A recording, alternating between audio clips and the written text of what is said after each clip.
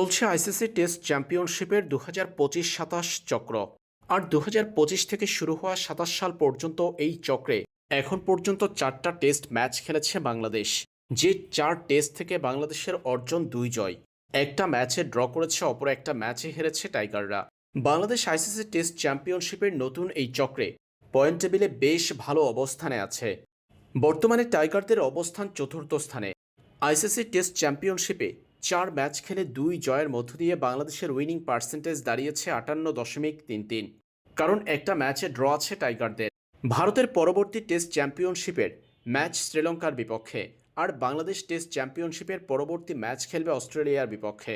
বাংলাদেশের সামনে সুযোগ আছে টেস্ট চ্যাম্পিয়নশিপের পয়েন্ট টেবিলের শীর্ষে কিংবা ২ নম্বর পজিশনে উঠে আসার। যদি অস্ট্রেলিয়ার কন্ডিশনে ২টা টেস্টে জয় পায় টাইগাররা, সেই ক্ষেত্রে বাংলাদেশের উইনিং পার্সেন্টেজ চলে যাবে প্রায় ৯০-এর ঘরে, যেটা টাইগারদের টেস্ট চ্যাম্পিয়নশিপের ফাইনাল খেলাতেও সাহায্য করতে পারে।